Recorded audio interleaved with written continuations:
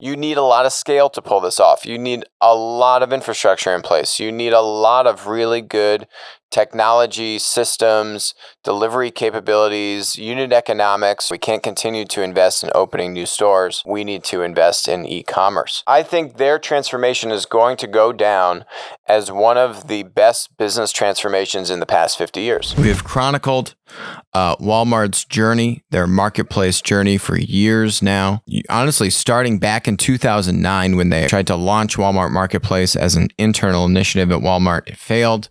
7 years later, they had a new CEO, Doug McMillon. He acquired Jet.com for a little over $3 billion. He got Mark Lohr and Mark's team from Jet, made Mark the head of e-commerce at Walmart.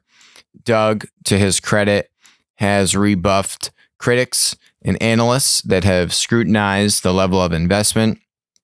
At times, a minimum of an additional $1 billion a year that Walmart has had to invest in their e-commerce transformation. And they've had leadership changes, other executives on the C-suite, on the executive team depart from Walmart, who were not culturally or spiritually aligned with Walmart's need to embrace a marketplace business model. When they acquired Jet.com in 2016, Walmart opened the fewest stores it had opened in 25 years. And so that goes to show you the different change in thinking that Doug and the leadership team that he's now built around him have had to embrace, to say the money needs to come from somewhere. We can't continue to invest in opening new stores. We need to invest in e-commerce. And it's been working. And it's been working really well for them. They have continued to beat their growth targets, growing at somewhere between 30 to 40% year over year. When you look at their quarterly growth for their digital e-commerce sales, which is a pretty big deal. They're doing over $500 billion in revenue in total at Walmart. And by some estimates now, e-commerce might be approaching somewhere around 10% of their sales. So, you could be getting close to around $50 billion in sales. They don't break it out too clearly, but we do have an idea of growth and certain stats here or there. As a part of e-commerce, grocery is bucketed into that. Grocery when you order digitally, so digital grocery ordering. That has been a huge boon to Walmart's digital,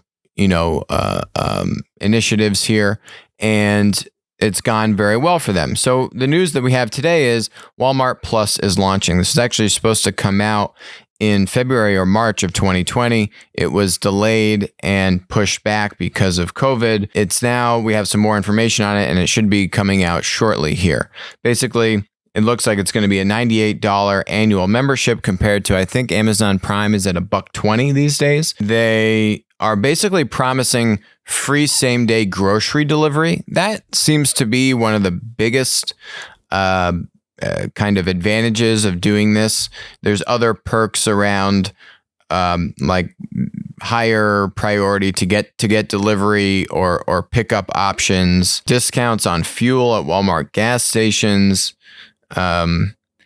early access to some products. But I think the real thing here is the grocery. So let's kind of look at this offering versus some other options here, because Walmart already has free 2-day delivery on millions of items. This was something that's come out over the past year or so. They've made a big push into this. So whereas Amazon Prime, right, to get that Amazon Prime free shipping, you have to be a member of Amazon Prime, pay that $120 annual fee. Walmart was already giving that away in a bid to, be more competitive with Amazon. So that doesn't come with Walmart Plus. You kind of already had that. I think maybe there's like a $35 minimum order fee or something like that. Nothing too crazy. Let's look at Instacart. Instacart has something called Instacart Express. So if we're kind of, if really the big thing with Walmart Plus is free same-day grocery delivery, Instacart is the platform version of grocery delivery. Instacart Express is $99 a year, and you get free same-day grocery delivery on orders of at least $35 or more. You can also do a monthly plan for $10 a month if you don't want to make the annual commitment. Really, Walmart Plus, their big thing here is grocery. The interesting thing about grocery for Walmart is it's not a marketplace.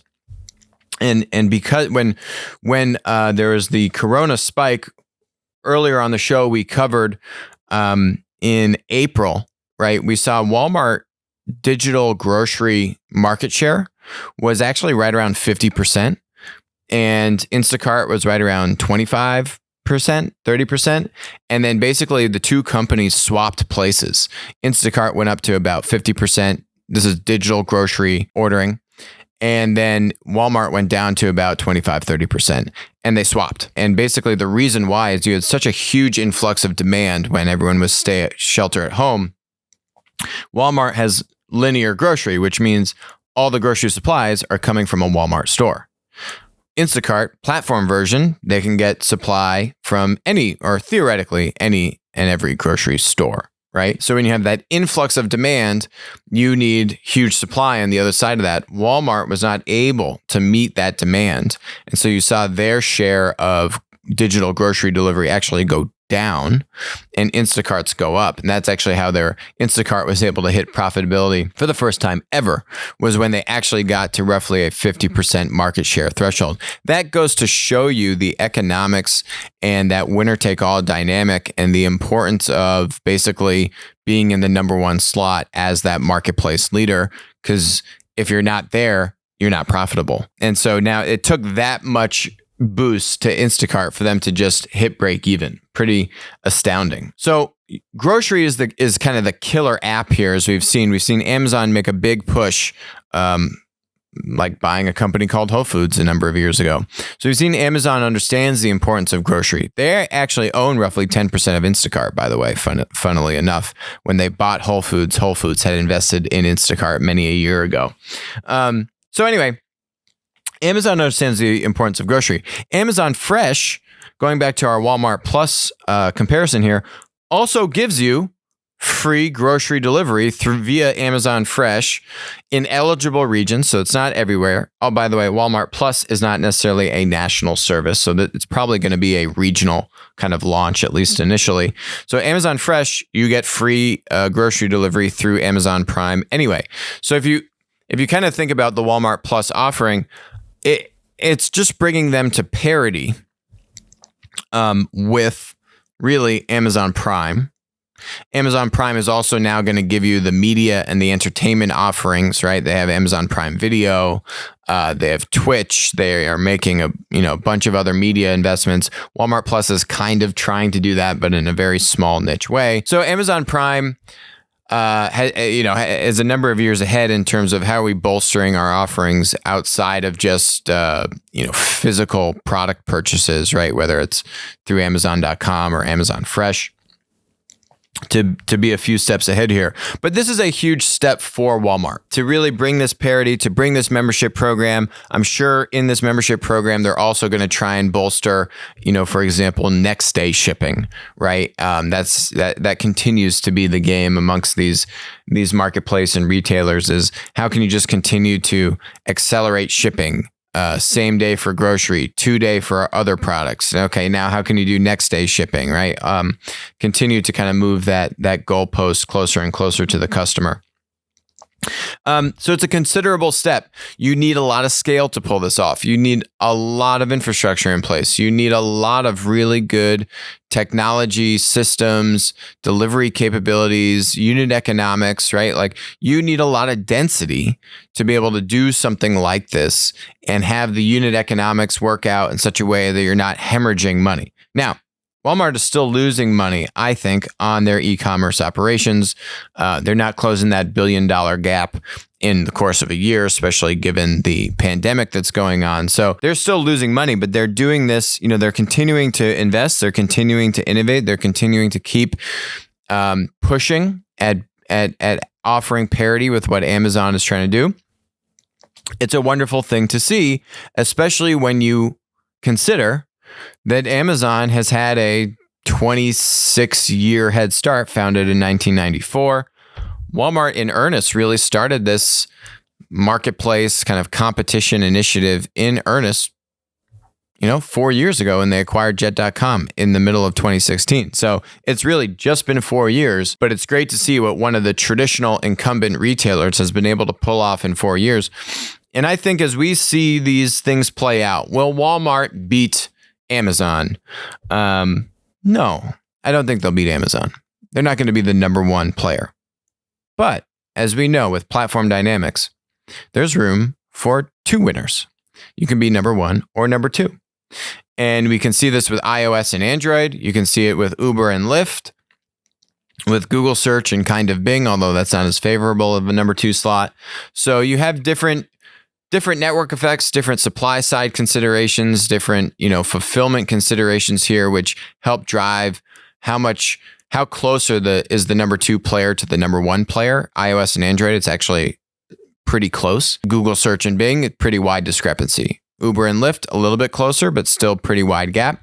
It'll be interesting to see how much Walmart can narrow that gap. I think they're going to be able to get there, given how much scale they have in their retail stores and people coming into the stores, which obviously took a huge blow because of the pandemic, but they have been making investments for years now leading up to coronavirus. And that is certainly benefiting them elsewhere. Now we saw the dip in the grocery part of the business because that actually is the one part of their business which is not marketplace. That supply is specifically constrained to their retail presence, which could be interesting. I wonder if Walmart does try to explore a marketplace model in grocery. I think that could be very interesting. But would mean that they would have to go buy Instacart or something like that, which honestly, in the grand scheme of things, I think they were valued at maybe $12 or $15 billion. That's not that big of an acquisition for Walmart. What's their market cap at? $357 billion.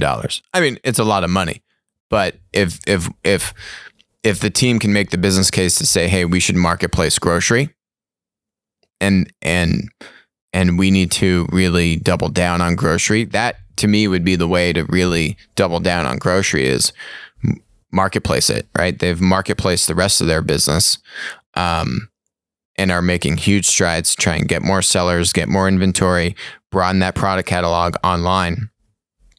Why not do the same thing with grocery? And now Instacart is expanding into other verticals, as we spoke about a few episodes ago. They're going into liquor and pharmacy and drug delivery. The two other things that you need right away in addition to groceries. So anyway, this is a great sign for Walmart. I think their transformation is going to go down as one of the best business transformations in the past 50 years. Full stop. The ability for a linear incumbent retailer to embrace a platform marketplace business model, do it via M&A, right? They tried it from scratch 2009. They did it via M&A with Jet, and actually capture the number two spot. Yeah, that's a win. That's a big win. And we'll see how close they can close the gap with Amazon. But even being a relatively strong number two is a very big win, considering what's happening to every other retailer. Brooks Brothers just went bankrupt today. Every other retailer that has neglected e-commerce is literally going bankrupt, literally going out of business. So very interesting and very great example of how that strong leadership, that conviction at the top to deliver and then invest and continue to invest and see this through. It's working and it's paying dividends, and rightly so. Hi, this is Alex from Winner Take All. Thanks for joining us. Hope you enjoyed the content. Feel free to leave a comment, ask us questions, and definitely make sure to join us on our next live stream.